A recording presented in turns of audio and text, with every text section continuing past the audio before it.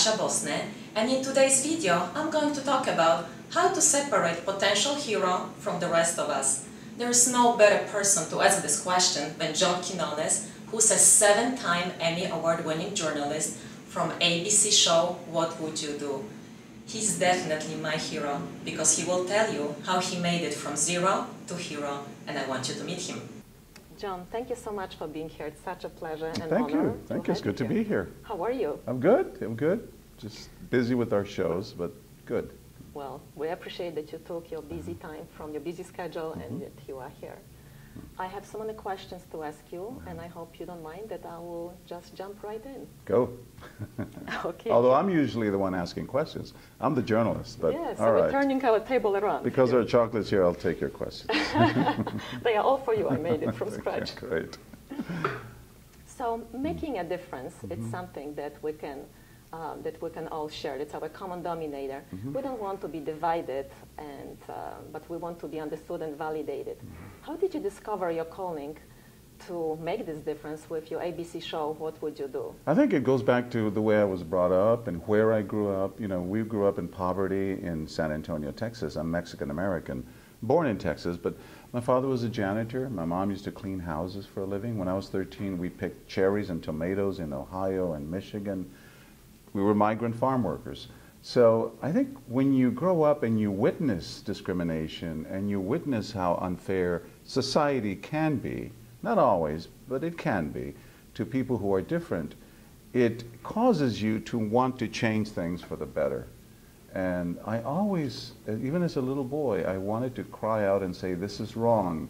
We need to make things better. You don't know who I am. Why are you judging me by the color of my skin or the accent in my voice? And people do that. And we all do that. You know, the experts will tell you that we're born with that in our DNA, that ability to discriminate. We're not all racists, but we do stereotype. And we make judgments on people based on the way they look and how big they are and the color of their skin, because it goes back to the caveman days when we had to do it for our own survival. If you see something that looks dangerous, you have to either flee, right, or fight. The problem is we don't live in caves anymore. Absolutely. We have to remind ourselves. Not in this country. No, that we have to remind ourselves that that's not the case anymore. So when we're about to judge someone based on the way they look, we have to stop ourselves and say, wait a minute, why am I doing that? That person maybe, you know, is very likely just as good as I am in their own ways. I absolutely agree. And the paradox is that in this country, especially New York, we are all from somewhere. That's the beauty of New York, though. In New York, it's much more accepted, you know, different people and different cultures. You go to Middle America, sometimes geography matters. There is more ignorance when it comes to races, and I don't mean that in a horrible way. I mean, sometimes people who have never met a Muslim person or a Jewish person or a Mexican person or an Asian person will make judgments based on what they've heard or what they see on television. And sometimes, too often, those judgments are wrong. In New York, we all have to get along because we're all here, right? I know. The guy driving your cab is from India. The guy cooking your meal is from Mexico. That's the beauty of New York. I love New York because of that. And it allows us to be more accepting of other people. When you don't know other people, you're much more likely to make rash judgments that are not good. I couldn't agree more with you. And when you succeed, do people tell you, oh, John, you succeeded because you were lucky. It was so easy for you. What is your take on that? Do you think that you were at the right place at the right time, or pure luck is when the opportunity meets the preparation? What's your formula? Well, I think that's just it. Yeah, we're all lucky in some ways. A lot of success depends on who you meet along the way. But as they say, you make your own luck. When I was at Columbia University studying journalism, I met the president of CBS News. And I went up to him after the lecture. And no one else did. Everybody else was scared. Out of the 120 students, I was one of the few who went up to him and said, I'd like to interview you for my master's project. That's what I did right now with you. Which is a bunch of BS. I didn't need to interview him for my master's project. I wanted to give him my resume. And he said, come to my office and we can do the interview in 2 weeks. And we did, and I did this interview with him. It's kind of fake interview. And then at the end I said, and by the way, Mr. Salant, his name was Richard Salant, here's my resume. And I'm graduating in May, and he looked at me and he shook his head, but he knew that he was impressed. He gave my resume to a vice president who then said, Mr. Salant says we should interview you because you're a very enterprising young man, and they liked that. And so I think you make your own luck. You just don't take no for an answer. I heard no many, many times growing up trying to get into broadcasting. I loved journalism. I loved telling stories. I was writing for my high school newspaper when I was 14 years old.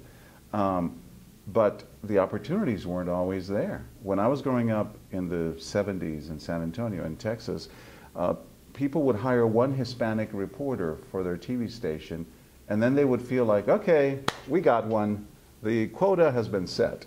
So when I came along to apply for a job there, they would say, well, no, we got one. We got our own, we got our Hispanic. And it was frustrating. It really was. I worked in radio for a long time. I struggled, very little money.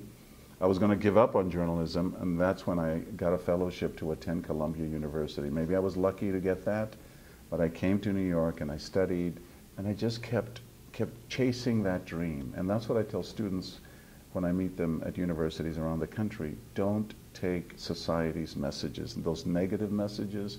You just have to ignore them. Well, I sense courage, that you're a very courageous man. Probably that's why you succeeded. Well, you are today where you are. You know, when you grow up in the streets of San Antonio, in the barrio, the poor communities, and there's drug violence and drive-by shootings and gangs, you have to become you have to become tough. Otherwise, you become a victim. And many of my friends became victims. Wow. I think if there was any strength, it was learned on the streets of San Antonio. So watching your shows, one can easily notice how some people get so drunk on power. And it's heart-touching, beautiful stories, the way how you capture it, it's absolutely amazing. And the greatest lessons come from those big challenges. It's the way how we handle them, the way how we grow from them, how they can transport us to the greatest destinations. Is there anything else left for you that you are not scared to try? Oh, there's always a new challenge. That's the beauty about telling stories. There are always stories to be told. You know, there's always something else. I mean, look at what's happening as we speak over the Ukraine and Russia. I mean, that horrible tragedy of that commercial jetliner having been shot down. What drives those people to do those things? I would love to be there. As a journalist, my heart aches to be there. You want to be where the stories are, and I've covered the Middle East, and I've covered the war in Iraq, in Central America. There's a story right now about the children along the borders of the U.S.-Mexican borders who are coming here illegally from Central America, children by themselves, some 80,000 that are being held now. What is to become of them? That's a story that needs to be told, and maybe someone like me who speaks Spanish and who is Mexican-American can do a better job of telling those stories. So there's always something else to be said and to be told. Documentaries, if not on World News Tonight, where I work with Diane Sawyer often, and I contribute stories. We have Nightline that we can do longer stories for. We can do stories for Good Morning America. So I just don't see an end to the challenges. I want to continue telling stories until I drop dead. Oh, no, don't say that. I love telling stories. Well, I think the hardest thing for a lot of people is just to start, to get it going. They don't believe themselves, or whatever the reason is, they hold back. And you capture it so beautifully. And what would you say to those? Like, how did you commit yourself to be so courageous and so persistent and so passionate that you succeeded? What would you say to those people who want to succeed, follow your footsteps, but they don't know how? Well, it's easy. It's really easier for those of us who have suffered, who have a really bad, who live in poverty and who are picking tomatoes. You've done it too. I mean, yes, you did it to buy your blue jeans. You know, you said. Levi's. I did it to help my family out. When you're coming from a tough background where you don't want to go do that for the rest of your life, so it's a wonderful driving force to not give up and to shoot for the stars, because you don't want to stay where you're at. Now, having said that, jeans forever. Having said that, a lot of kids do wind up staying there. I mean, a lot of my friends from the tough neighborhoods wound up not doing much better than their fathers did. What differentiates me from them? I don't know. I think maybe my mother always having confidence in me, maybe me wanting to impress her and wanting to provide her with a better life. It does have a lot to do with the way you were brought up, nurturing. She always told me that it didn't matter what side of the tracks I was born on. It didn't matter that we would take bean and tortilla tacos for lunch while all the other kids were taking their fancy bologna and cheese and white bread. That it didn't matter that we had to wear the same clothes every other day because we couldn't afford anything better. What mattered was what was in your brain and what was in your heart. You know, that message resonates, and you keep it with you forever, and I think it's still what continues to drive me. I just never took no for an answer, even when society made it clear that they had no room for me. How else can you explain a kid who used to pick tomatoes and shine shoes on the streets of San Antonio, making it to network television and becoming an anchorman with Barbara Walters? And I mean, it's a dream come true, and I think it says a lot about this country, the opportunities that we have in America that wouldn't exist in Mexico for me, and maybe not in Poland for you. Well, even though a lot of things are changing in Poland, but like you said, not 20 years ago. Good. Yeah, and it wasn't that way. It was tough. So I want to ask you the main question. Do you consider, with so many accomplishments you've done, do you consider yourself a hero? And what does it mean for you? No. I think what I love to do more than anything is shine a light on things that might be wrong in this country, to illuminate that darkness. Journalism to me is imagine this room being pitch dark, right? You can't see your hand in front of you. Everything is dark. And the journalist, he or she, is the person with the candle or with the flashlight who can shine it on the darkest corners of the room to illuminate injustice, to illuminate corruption, to illuminate human rights violations. I think when we do our jobs right as reporters, as journalists, and we don't always get it right. Too often we're chasing Justin Bieber and the Kardashians and doing stories that are not really serious stories that we should really be looking and illuminating. When we do it right, those are the kinds of stories that we should be reporting on. That's what makes me happy. It's not me being the hero. When I do What Would You Do, it's not me being there. It's the wonderful everyday heroes who walk in and speak up when they witness injustice, when they see a woman who is battered and they come rescue her from the husband that is threatening her again, when they see the Mexican day laborer being denied service at a restaurant because he doesn't speak English. They speak up and they are the voice he has. Those are the heroes, those who give a voice to the voiceless, who illuminate the darkness. Those are the heroes. I like to just be a conduit to that. I like to be the means to the end. But am I a hero? No. I mean, I have a good life. I love what I do. It does make me happy. But what makes me happy is shining a light on others that need help. I'm just the conduit. You said it so beautifully. So do you have a hero? Someone who you look up to? Sure. I mean, growing up with my father and my mother who struggled so hard, and they kept the family together, and they did whatever they had to do to make sure that we were clothed and fed, and yet had a wonderful spirit about them. They still laughed and danced and played music, and we didn't have much else, and yet we had each other. So they were the first heroes.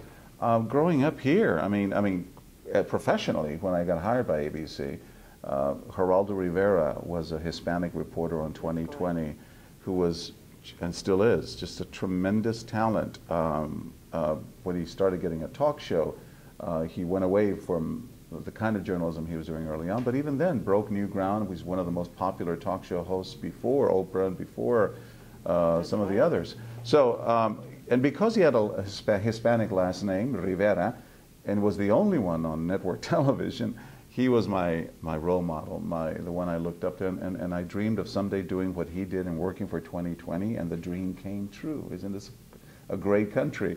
And I got to meet him, and I still know him. He's a wonderful guy.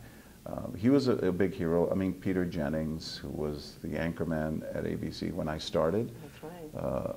Just a tremendous talent who was so cool under fire, who could go on the air live nonstop for hours and hours and days sometimes. When 9/11 happened here in New York, he was on the air nonstop, and you would never know it. Flawless. Intimidating as an actor. He was like James Bond, you know, Wow. very suave and debonair, but the best. I learned a lot from them. Barbara Walters and Diane Sawyer, who I work with to this day at ABC. Just groundbreaking women journalists who, you know, the fact that they're women has nothing to do with the great success that they had, but they had to overcome great obstacles as women.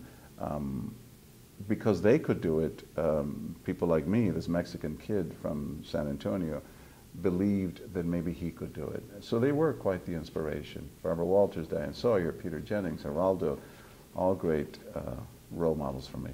I would like to know what fulfills you. I think that the satisfaction of making, writing a story that gets on air that has an impact on our viewers. That to me is the greatest. When I went to Brazil and I did the story about this healer, John of God, some people think he's a fake, you know, some people think he's a charlatan. He's not. I've met him too. Well, you know, and some people agree with you. Vouch. Yeah. So we went there to try to get to the bottom of it. You know, it's the pursuit of the truth.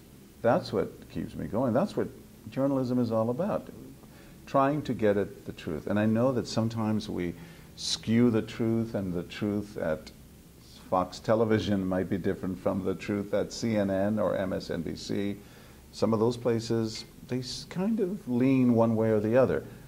As a journalist, as a reporter at ABC, I've always tried to get to the heart of it, to the real truth. Even if it's something that I might not agree with personally, that to me is the greatest satisfaction. Again, illuminating this world. And going to places where no one else is going.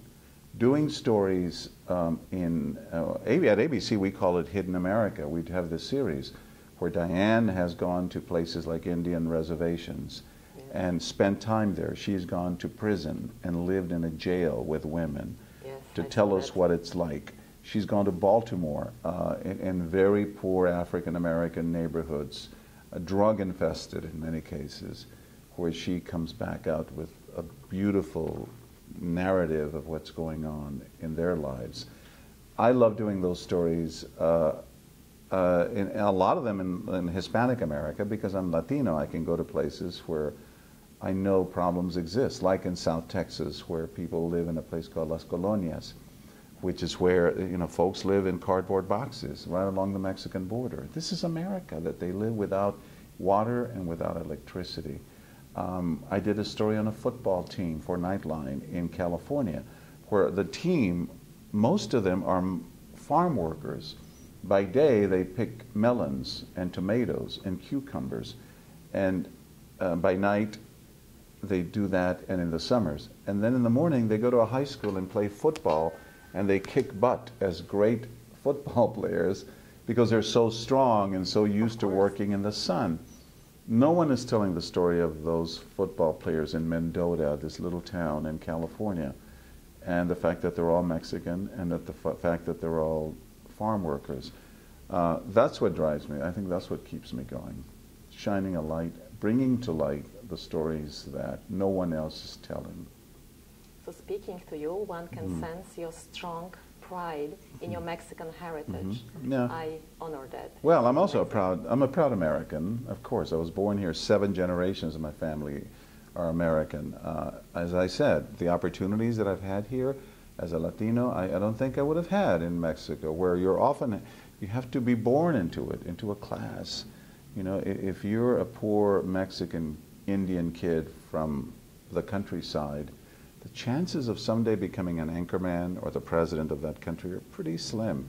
And so it is in much of the world, where you have to be born into wealth. In this country, boy, anyone can make it if you work hard. I know it's a cliche, but in my case, it's true. Oh, exactly. Having said that, of course, I'm very proud to be Hispanic, because I want people to know that a person like me, who came from where he came, can be just as good as any other reporter on television who is not Hispanic. So is it a chip on my shoulder? I don't think so. It's just a pride that I carry with me. And I also know I want kids who are growing up the way I grew up to look and see me on television and say, if John Quinones could do it, then I can do it too. That's a great message. I can't forget them. I think Amen. we all have to reach out and put a hand to those who are still struggling to make it. So let's dream for the moment. Okay? I read in Forbes magazine that the economy is changing in Mexico. Uh-huh. And let's turn this table around and imagine that That Americans are going illegally into Mexico. exactly, and working and being there. deported. Exactly. Would it be a great opportunity for you to go there with your show, at the cover with your candid camera? Yeah. What would you do if that happens? I would love to. We're trying to get to Mexico. Yeah, it would be wonderful. It's just it's complicated, and it depends on what part of Mexico. Do you go to Cancun, which is the beaches and the beautiful areas, or do you go to the inner cities of Mexico City and the suburbs of that metropolis, which is one of the biggest cities in the world, where all kinds of things happen? I would love to. I would love to take the show everywhere around the world. Right now we're doing it just in the U.S. We did take a What Would You Do scenario to Paris a few years ago, and we had a wonderful time in Paris. But we'd like to do more of that. Why not? Yeah, and then the economy is getting better in Mexico. It's the 14th largest economy in the world. It grew by 4% just at the last recorded period in 2012. A lot of people who used to come to this country illegally, that flow of illegal immigrants from Mexico has slowed down. A lot of that has to do with the wall and the fact that we're deporting people and all that. But many of the people who are coming across now are from Central America, and not so much Mexico. There are jobs now that I think give us reason to hope for things getting much better. A 4% growth is pretty darn good. And I think what makes your show so successful and so interesting is because you choose such an important topics like racism, immigration, domestic violence, abuse, injustice. Which one is the dearest to your heart? That's a tough one. I think we did one on interracial relationships. Race is always a big issue in this country. We, as I said, sometimes are so ignorant about other people. Just because they're different from us, we presume the worst. So we went, and oftentimes people are criticized for a Latino guy dating a Polish girl or a black man being with a white girl. That, believe it or not, is still frowned upon in certain parts of this country. So we did a scenario in Harlem where we had a black guy with a white girl come in and try to get a haircut. And we had the actress as one of the hairdressers. Yes, I saw that. Yes, yes. Pretend that she was a racist. Yes, So she yes. says to the black guy, "What's wrong with you? Aren't there enough black women in the world? Why are you Yes. with a white girl?" And what will the other people say? They had no idea. There were hidden cameras all over that barbershop. And it was so inspiring to see these black folks step up time and again all day long to defend not the black hairdresser, but the white girl who was being victimized, saying, "What's wrong with you? As all the suffering we've done in the world, and you want to turn it now on them? That's fantastic. Haven't we learned something from the racism that we have encountered?" Then this woman walks up and she says, "I'm gay. Hey, are you going to be discriminating against me because I'm gay?" She said, we have to step forward. We have to step forward so that we don't fall back. And then she said, "It's all about hugs, H-U-G-S." She says, and that stands for helping us grow spiritually. And she hugged them, and she made her go apologize to the white girl for being so mean. That was one of my favorites. It was also produced by my son, which makes me even more proud.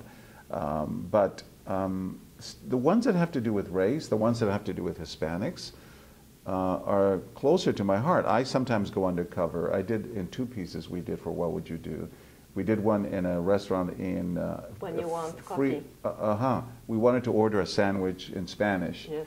And the guy pretends, he's an actor, he pretends that he will not serve us because we don't speak English. Yes. And so he says, "Get out of here. I reserve the right not to serve you. If you're going to be in America, you have to speak English. And of course, You were there too. I was only speaking Spanish, Yes. pretending that I was just Yes. a day worker.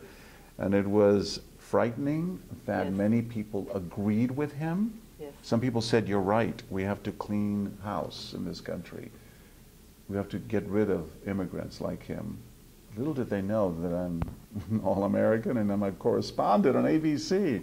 But they judged me based on my race, based on the way I look, based on my voice and my accent. But along come the heroes, and in virtually every one of our scenarios, a hero comes along where they said, you can't do that to him. If you mistreat them and you don't refuse to serve them, we're going to go picket signs outside your restaurant and say that people shouldn't come in here because it's unfair. And it was heartwarming. And I love also, those. they don't realize that without those immigrants, their salads would be like $60. Mm-hmm, mm-hmm. And the hotels that we stay at would be a lot more because Definitely. it would So- cost a lot more to clean those hotels. Absolutely. Maybe they would be just dirty. I know. They're doing jobs in many cases, in most cases, that Americans wouldn't do. Immigrants are doing those jobs Absolutely. that Americans wouldn't do because they don't work for that little money. I think American industries and companies need the immigrant labor. Absolutely. Otherwise, we can't survive at the prices that we pay for services and hotels and restaurants.